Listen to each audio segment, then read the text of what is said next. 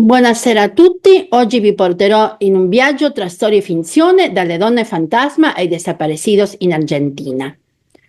Dunque in un viaggio tra visibile e invisibile. Cosa accade quando la storia si confonde con la leggenda?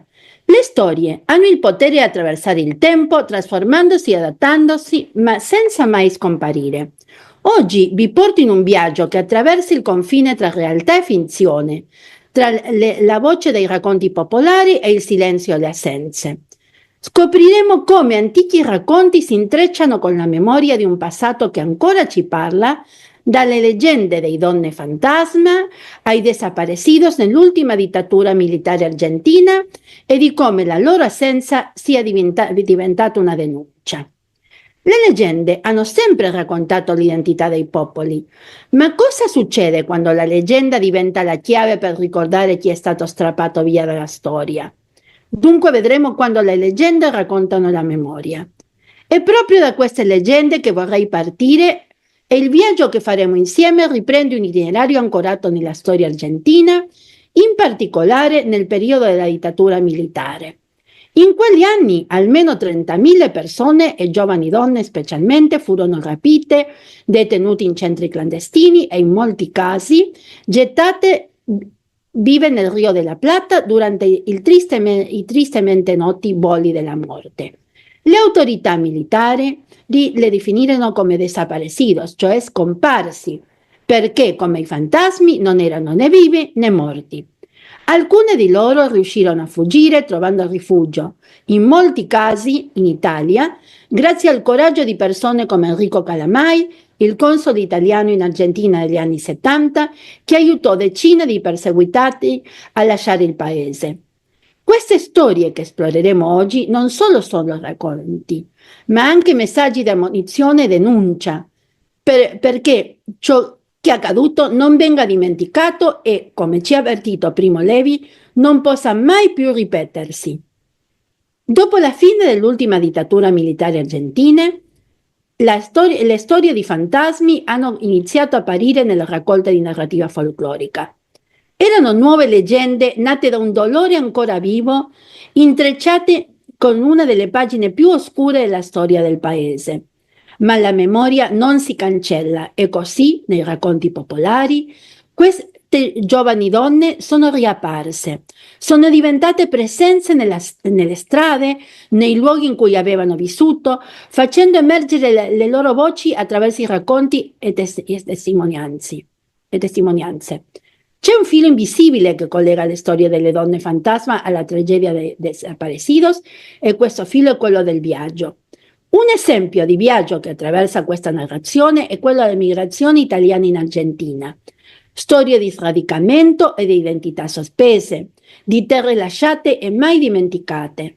La memoria dell'emigrazione si ricostruisce attraverso il racconto che, come dice lo psicologo Jerome Brunner, è il modo in cui diamo ordine all'esperienza e costruiamo il senso del passato nel presente.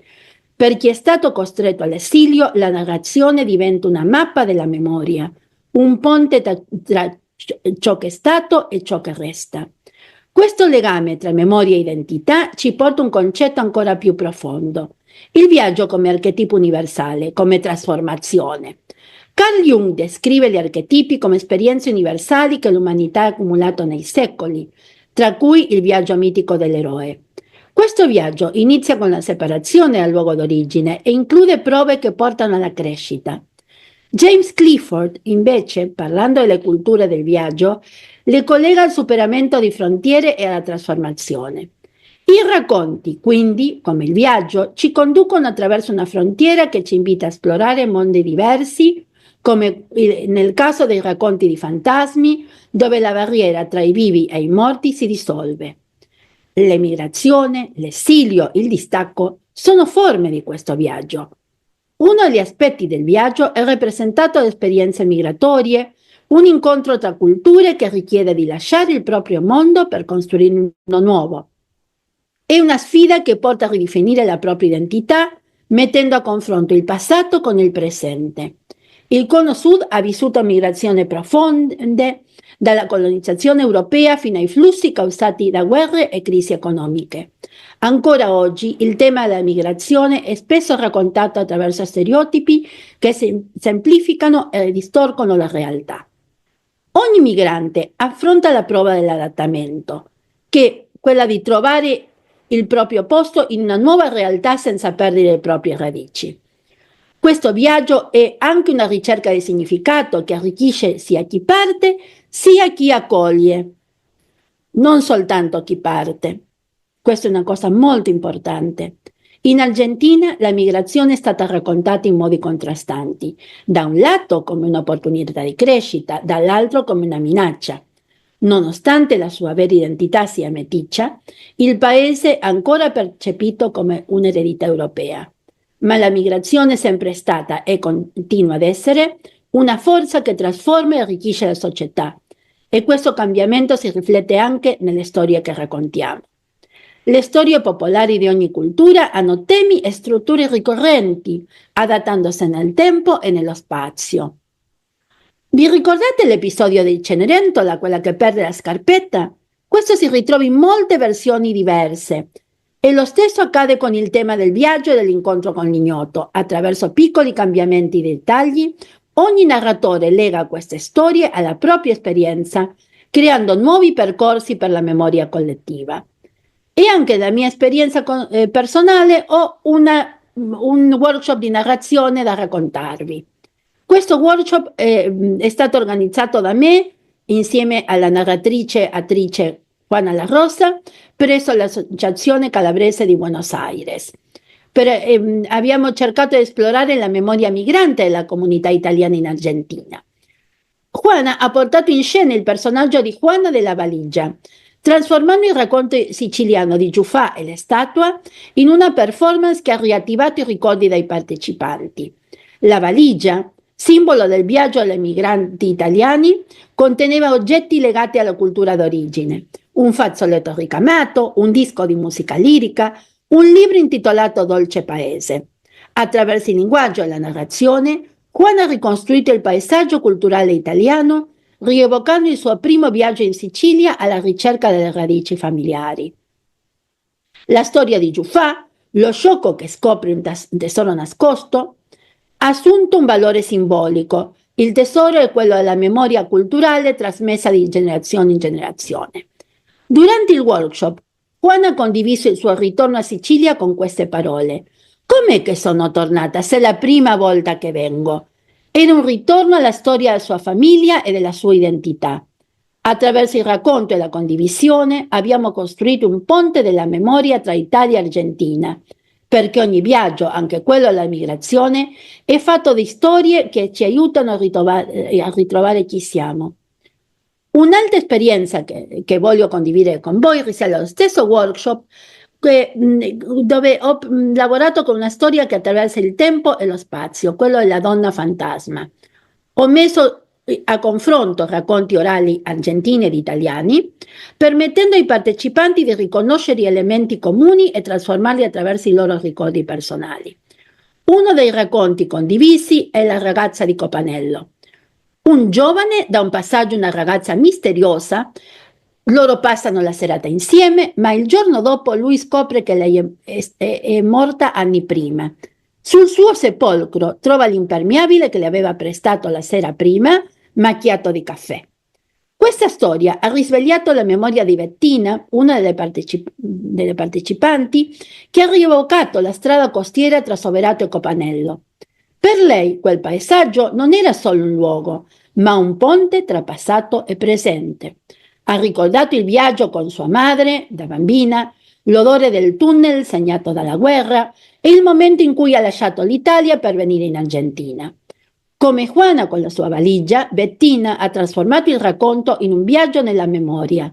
La donna fantasma non è solo una leggenda, ma il simbolo di chi siamo stati e di ciò che ci portiamo dentro, anche quando attraversiamo oceani e generazioni.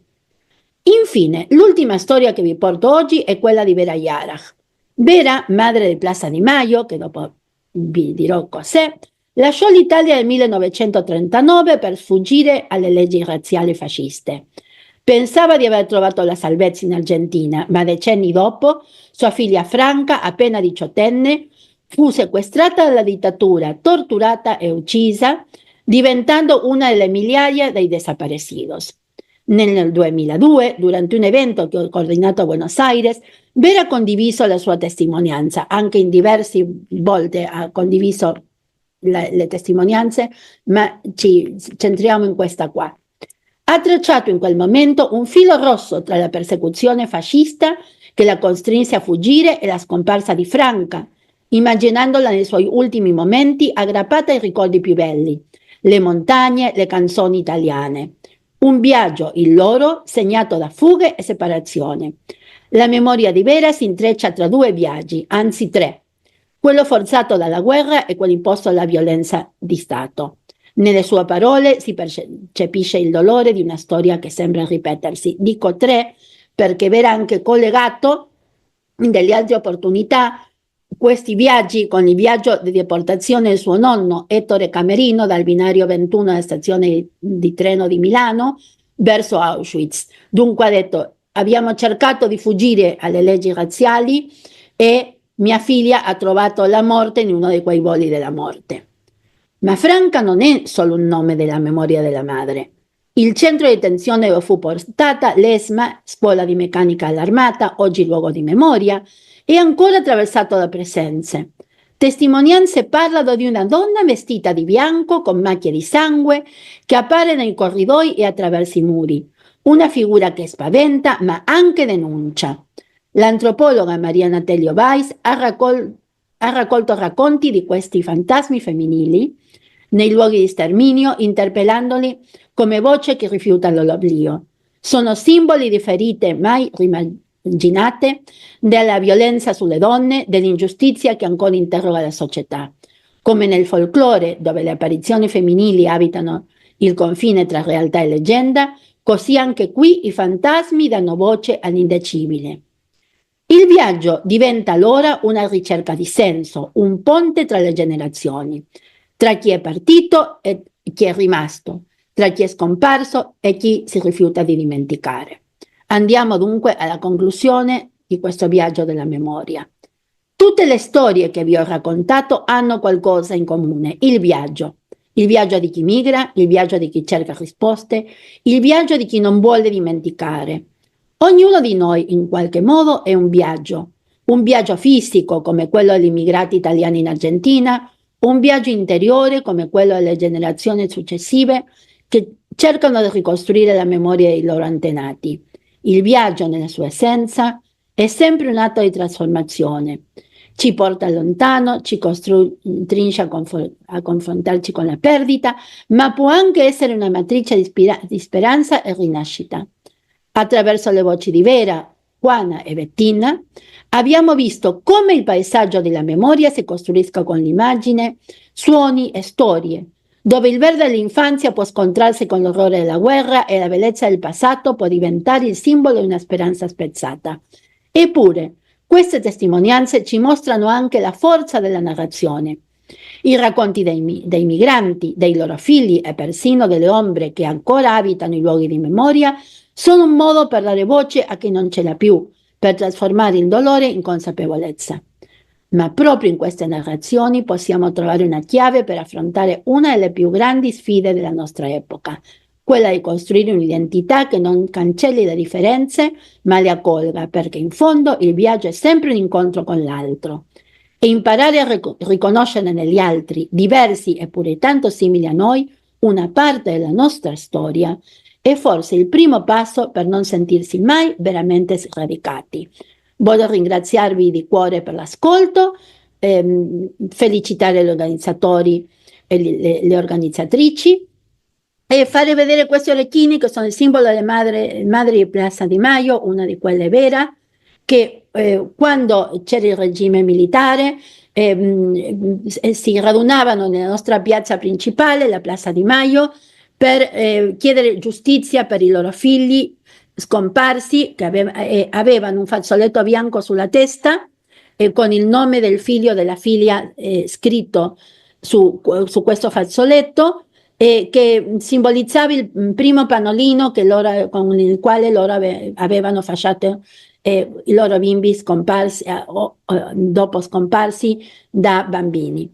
Grazie mille e buona serata a tutti.